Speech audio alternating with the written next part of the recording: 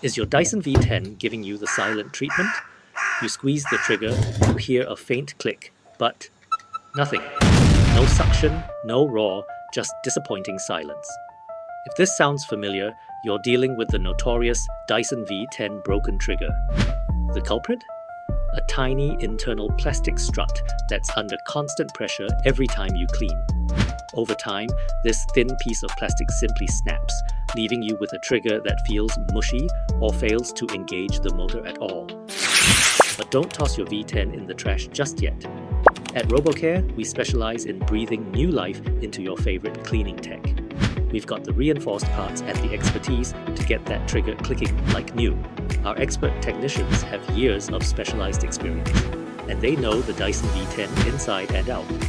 We've seen this exact issue hundreds of times and have perfected the repair process. While some might suggest DIY hacks that risk cracking the outer shell, our team uses specialized precision tools designed specifically for the Dyson V10's complex internal layout. Our solution is thorough.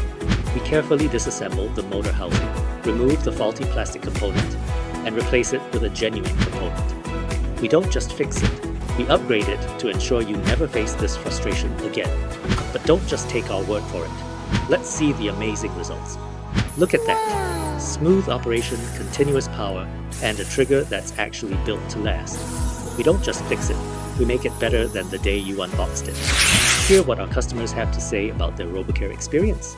If you're staring at your Dyson V10 and feeling that same frustration I felt, don't give up on it.